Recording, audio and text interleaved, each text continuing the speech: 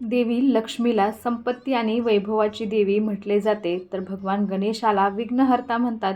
ज्या घरात देवी लक्ष्मी निवास करते त्या घरात कधीही धन आणि अन्नाची कमतरता भासत नाही. त्याचबरोबर ज्या घरात गणेशाचा वास असतो त्या घरावर कधीही संकटांची छाया नसते. यामुळेच दिवाळीसारख्या शुभ मुहूर्तावरती गणपती आणि माता लक्ष्मीच्या मूर्तीची प्रतिष्ठापना करून विशेष पूजा केली जाते. तर शास्त्रात गणपती आणि लक्ष्मीच्या मूर्ती ठेवण्याबाबत काही नियमही सांगण्यात आलेले आहेत. देवी लक्ष्मी आणि श्री गणेशाच्या मूर्ती योग्य पद्धतीने आणि योग्य दिशेला ठेवल्या तरच पूजेचे फळ मिळते. तर लक्ष्मी पूजनासाठी स्थापन करण्यात येणाऱ्या देवीच्या मूर्तीविषयी अनेक गोष्टी सांगितल्या जातात. यामध्ये लक्ष्मी देवीची मूर्ती कशी असावी, कशी नसावी, त्याचे नेमके काय परिणाम होऊ शकतात, त्यातून काय लाभ किंवा फायदे मिळू शकतात, बरोबर माता लक्ष्मीची मूर्तीची निवड करत असताना काय चुका करू नयेत, कोणत्या दिवशी तुम्ही माता लक्ष्मीची मूर्ती घरी आणू शकता, याविषयीची सर्व माहिती मी आजच्या व्हिडिओमध्ये तुमच्यासाठी घेऊन आलेली आहे. नमस्कार, मी पूजा तुम्हा सर्वांचं स्वागत करत आहे पूजाज कॉर्नरमध्ये. वसुबारस ते भाऊबीज या कालावधीमध्ये साजरा केल्या जात असलेल्या दीपोत्सवात सर्व दिवसांचे महत्त्व हे वेगळे आहे. त्यापैकी धनत्रयोदशीला आणि लक्ष्मीपूजनाचे दिवस विशेष महत्त्वाचे मानले जातात. तर धनत्रयोदशीच्या दिवशी भगवान धन्वंतरी समुद्रमंथनातून प्रकट झाले. भगवान धन्वंतरी समुद्रमंथनातून प्रकट होत असताना आपल्यासोबत अमृत कलश घेऊन आले होते. म्हणूनच धनत्रयोदशीला विविध प्रकारची भांडी आणि दागिने खरेदी केले जाणे अत्यंत शुभ मानले जाते. याचबरोबर दिवाळीला करण्यात येणाऱ्या लक्ष्मीपूजनाच्या वेळी स्थापन करण्यात येणारी लक्ष्मी देवीची मूर्ती आणि गणपती बाप्पांची मूर्ती देखील तुम्ही याच दिवशी घरात आणण्याची प्राचीन आपल्याकडे परंपरा पाहण्यात आलेली आहे. त्यामुळे तुम्ही जर नवीन मूर्ती लक्ष्मी मातेची खरेदी करणार असाल, मातीची असो किंवा चांदीची असो, पितळेची असो, किंवा जो फोटो आपण माता लक्ष्मीचा पूजेमध्ये मांडतो तो फोटो खरेदी करायचा असेल, तर तुम्ही धनतेरसच्या दिवशी नक्कीच अशा फोटोची किंवा मूर्तीची खरेदी तुम्ही करायची आहे. तर धनत्रयोदशीच्या दिवशी आपण मूर्ती खरेदी करणार असू किंवा फोटो खरेदी करणार असो, तर तो फोटो किंवा मूर्ती कशी असावी याविषयीच्या काही गोष्टी आपल्या लक्षात ठेवणं अत्यंत गरजेचं आहे. तर माता लक्ष्मी देवीची मूर्ती ही नेहमी बसलेल्या स्वरूपात असावी. लक्ष्मी देवीची मूर्ती कधीही उभ्या स्वरूपात असता कामा नये, अन्यथा आपले नुकसान होऊ शकते. त्याचबरोबर लक्ष्मी देवीची जर फोटो असेल तर घरात आणायचा असेल तर लक्ष्मी मातेच्या हातातून धनवर्षा होत असलेल्या फोटोची आपण निवड करायची आहे. माता लक्ष्मीचे चित्र आणताना एकीकडे श्री गणेश आणि दुसरीकडे देवी सरस्वती बसलेल्या असाव्यात आणि आई लक्ष्मी दोन्ही हाताने धनवर्षाव करत असतील. धनप्राप्तीसाठी असे चित्र लावणं अत्यंत शुभ मानलं जातं. जर आपण बसलेल्या लक्ष्मीचे चित्र आणत असाल तर त्यामध्ये लक्ष्मी माता ही लाल कपडे घालून कमळाच्या आसनावरती बसल्या आहेत असे चित्र आणायचं आहे.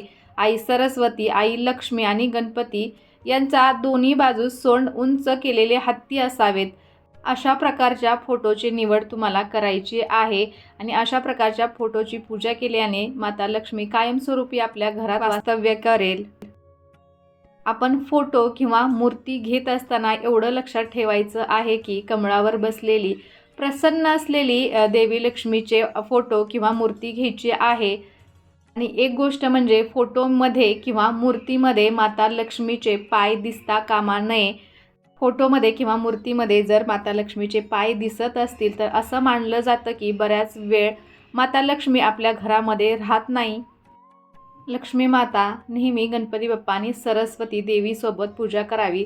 असे केल्याने व्यक्तीला धन आणि विद्या दोन्हींची प्राप्ती होते. तसेच लक्ष्मी देवी, गणपती बाप्पा आणि सरस्वती यांचे एकत्रितरित्या पूजन केल्याने अत्यंत कल्याणकारी ते ठरत असतं. तर याशिवाय लक्ष्मी देवीची मूर्ती किंवा प्रतिमा नेहमी हसतमुख स्वरूपाची असावी. लक्ष्मी देवीची क्रोध मुद्रा असलेली मूर्ती किंवा प्रतिमा कधीही घरी आणू नये. असे केल्याने मोठा तोटा तसेच आर्थिक फटका बसण्याची शक्यता असते. तसेच सर्वांना सोने चांदीची मूर्ती घरी आणणे शक्य नसते. अशा वेळी पितळ किंवा अष्टधातूची मूर्ती घरी आणावी. असे केल्याने लक्ष्मी देवीचे शुभाशीर्वाद मिळतात, धनधान्याची कमतरता भासत नाही. आता आपण जर धातूची मूर्ती घरामध्ये आणणार असाल तर घरात अंगठ्याच्या उंची इतकीच लक्ष्मीजींची मूर्ती आपल्याला स्थापित करायची आहे. जर आपण घरात त्यापेक्षा उंच मूर्ती स्थापित केली तर तिच्या पूजनाचे नियम देखील कठोर असतात. नंतर ते पूर्ण न केल्यास मूर्तीमध्ये दोष लागू शकतो. आपण जेव्हा घरामध्ये लक्ष्मी देवीची मूर्ती ठेवत असो तेव्हा कधीही भिंतीला चिटकून ठेवायची नाही. त्याचबरोबर माता लक्ष्मीबरोबर आपण गणपती बाप्पांची मूर्ती देखील स्थापित करत असतो. तर हा प्रयत्न करायचा आहे की गणपती बाप्पा आणि देवी लक्ष्मी यांची मूर्ती एकत्रित विराजमान करण्याऐवजी त्यांच्या स्वतंत्र मूर्ती आपल्याला घ्यायच्या आहेत आणि त्या आपण घरामध्ये स्थापित करणार आहोत. त्याचबरोबर गुबडावरती स्वार असलेली माता लक्ष्मीची प्रतिमा किंवा फोटो घरामध्ये कधीही स्थापित करू नये. असे मानले जाते की यामुळे घरात आर्थिक अस्थिरता होते. माता लक्ष्मीची मूर्ती ही नेहमीच गणपती बाप्पांच्या उजव्या बाजूला विराजमान करतात. अशा स्थितीत देवीची मूर्ती घरात विराजमान करताना देखील उजव्या बाजूला ठेवली पाहिजे. दिवाळीनिमित्त माता लक्ष्मी आणि गणपतीची मूर्ती एकत्र बसून त्यांची पूजा केली जाते. गणपती बाप्पा हे विद्येची देवता आणि आई लक्ष्मीला संपत्तीची देवी म्हटले जाते. ज्ञानाशिवाय पैशाला किंमत नसते म्हणून दिवाळीच्या मुहूर्तावरती गणपती आणि माता लक्ष्मीची मूर्ती एकत्र ठेवून पूजा केली जाते.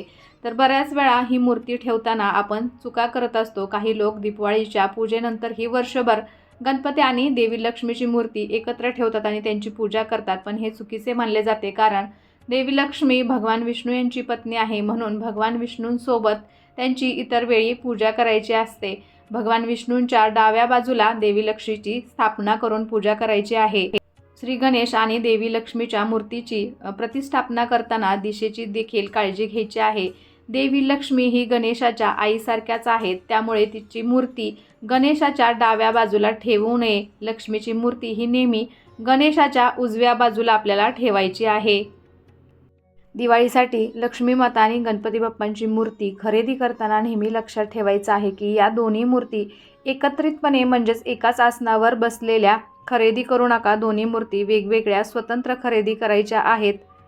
मूर्ती खरेदी करत असताना किंवा फोटो खरेदी करत असताना मूर्ती तुटलेली किंवा खंडित झालेली नसावी. भंगलेल्या मूर्तीची पूजा करणे अशुभ मानलं जातं, त्यामुळे मूर्ती ही आपल्याला नीट तपासूनच घ्यायची आहे. त्यानंतरच आपण मूर्तीची खरेदीही करणार आहोत. दिवाळीच्या पूजेसाठी मातीच्या मूर्तीची पूजा करणे अत्यंत शुभ मानलं जातं, त्यामुळे नेहमी मातीची लक्ष्मी गणेशाची मूर्ती खरेदी करा. तुम्हाला हवे असल्यास तुम्ही पितळ, अष्टधातू किंवा चांदीची मूर्ती ही खरेदी करू शकता. शक्यतो कधीही POP म्हणजेच प्लॅस्टर ऑफ पॅरिस किंवा प्लॅस्टिकच्या मूर्ती खरेदी करू नका. गणपतीची मूर्ती विकत घेत असताना त्यांची सोंड ही डाव्या बाजूला असेल आणि त्याचवेळी त्यांच्या हातामध्ये मोदक आहेत किंवा गणेशांचे आपल्या स्वारीवरती म्हणजेच उंदीरावरती बसलेले असावेत. किंवा जर बाप्पा उंदरावर बसलेले नसतील तर त्या मूर्तीसोबत उंदीर असणे आवश्यक आहे. लक्ष्मी मातेची मूर्ती खरेदी करताना लक्ष्मी देवी हत्ती किंवा कमळाच्या आसनावरती विराजमान असावी. त्याचबरोबर लक्ष्मी मातेच्या हातातून पैशांचा वर्षाव होत असताना म्हणजे त्यांच्या हातातून नाणी पडत आहेत असं आपल्याला मूर्ती घ्यायची आहे. सर्वत्र दिवाळीची तयारी सुरू झालेली आहे. बाजारात खरेदीसाठी सर्वांची गर्दी झालेली आहे. तर अशा वेळी लक्ष्मी पूजन करत असताना माता लक्ष्मी आणि गणेशाची मूर्ती खरेदी करताना तुम्ही मी सांगितलेल्या गोष्टींची नक्कीच काळजी घ्या, जेणेकरून तुमची दिवाळीची पूजा करणे पूर्णपणे सार्थकी ठरू शकेल. तर कसा वाटला आजचा व्हिडिओ मला नक्कीच कमेंट करून सांगा आणि अशाच छान छान व्हिडिओसाठी पूजाज कॉर्नरला सबस्क्राईब करायला विसरू नका. त्याचबरोबर बेल आयकॉनही क्लिक करा, जेणेकरून तुम्हाला माझे नवनवीन व्हिडिओज असेच पाहता येतील. चला तर मग भेटूया अशाच एका छानशा व्हिडिओबरोबर. तोपर्यंत धन्यवाद. श्री स्वामी समर्थ.